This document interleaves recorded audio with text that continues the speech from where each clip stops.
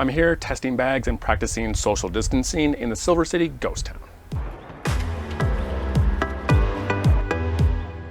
Here I have the Minimalistic Cabin Zero ADV Pro 32-liter travel backpack. I chose this bag because it's great for minimalist under-the-seat carry. It's lightweight at about 2 pounds or 0.92 kilograms. It has a laptop compartment and the capacity is between 30 and 35 liters.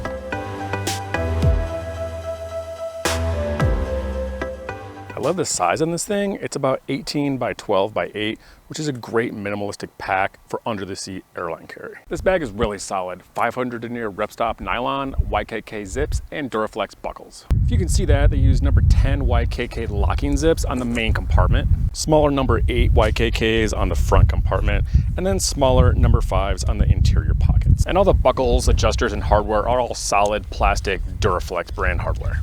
These backpack straps are exactly what I like to see in travel backpacks. They're thick and wide, made with this perforated foam with this mesh breathable fabric on the back. They have this great wide padded yoke on the top. They have great adjustability, top load adjusters here to keep the top of the bag close to your back, adjustable sternum strap, adjustable backpack straps with these nice bungee keepers here to keep the straps from dangling around.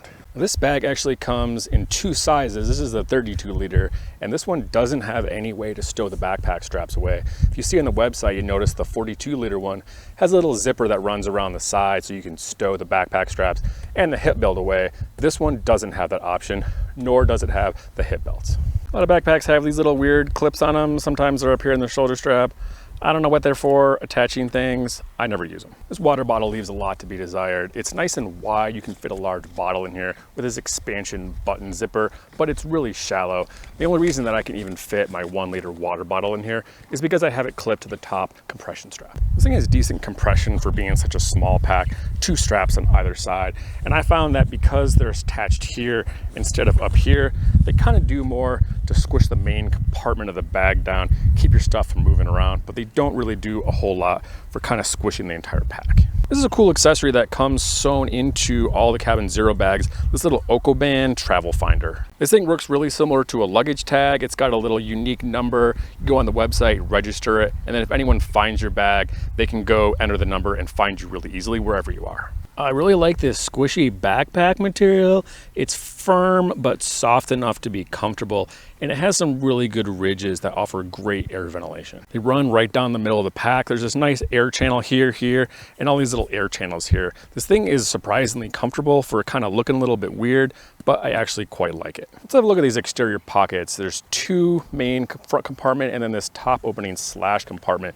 which is kind of small. I could fit a little bit more in here, but there's not a whole lot more room than just for my sunglasses case. This top compartment is decent. It runs the entire length of the pack, folds down, zips about halfway down. I like this top compartment. It's not huge, goes down pretty far, but it's not very wide. You're not gonna be able to put any kind of bulky items in here like a jacket or anything, but it has good organization for small items. There's this small mesh zippered pocket up here and this other larger zippered pocket that runs down large enough for kind of a small tablet or something like that.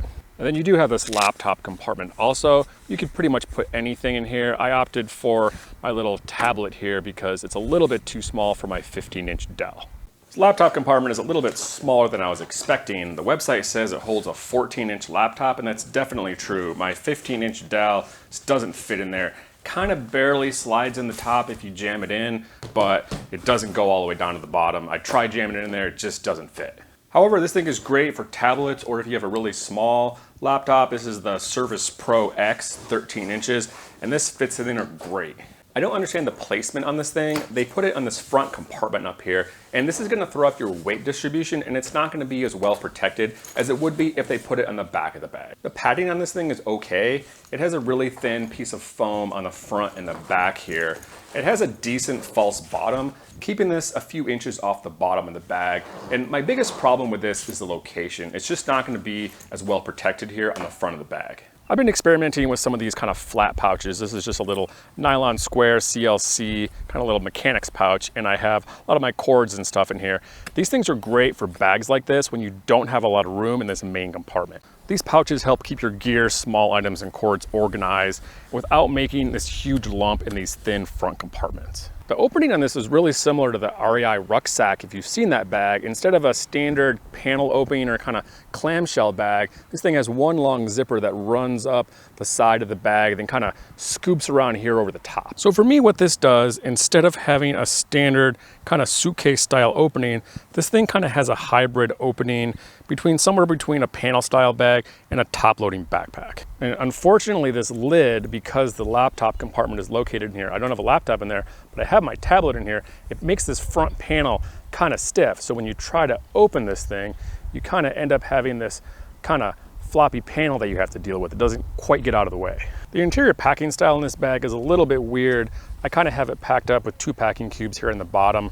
And then what I usually do is I'll fold the zipper down, leave this top part open, and then kind of put my items in from the top. I find if you try to pack the bag out completely with it open, then it's gonna be kind of hard to get all your stuff in here. Stuff kind of tends to roll out while you're trying to zip it up.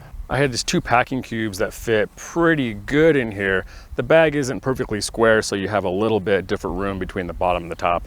This is a 12 by 14 compression packing cube, and this one I have on top of it is a 10 by 12, also a compression packing cube. I'll be doing a whole separate video on all this gear I have here, kind of how to pack this bag and how much you can fit in here. The inside of this bag is this little expansion bungee cord. It's this long cord that runs around the entire length of the bag, attached with these little buckles. I think this is a great way to get compression on the inside of the bag without taking up a lot of room or weight. However, I think these things limit your ability to pack the bag because they start right here. You're kind of missing out on this little bit of extra room you have on the bag. So I don't think that these things are incredibly useful. So using packing cubes, I can fit this 14-inch wide cube in there without a problem. However, when I try to use these little straps here, it just kind of ends up being a tangled mess. I'll be exploring more minimalistic packs, getting ready for summer travel as things start to open up, which I'll include links to those in the description below. And stay safe, everyone out there, and thanks for watching.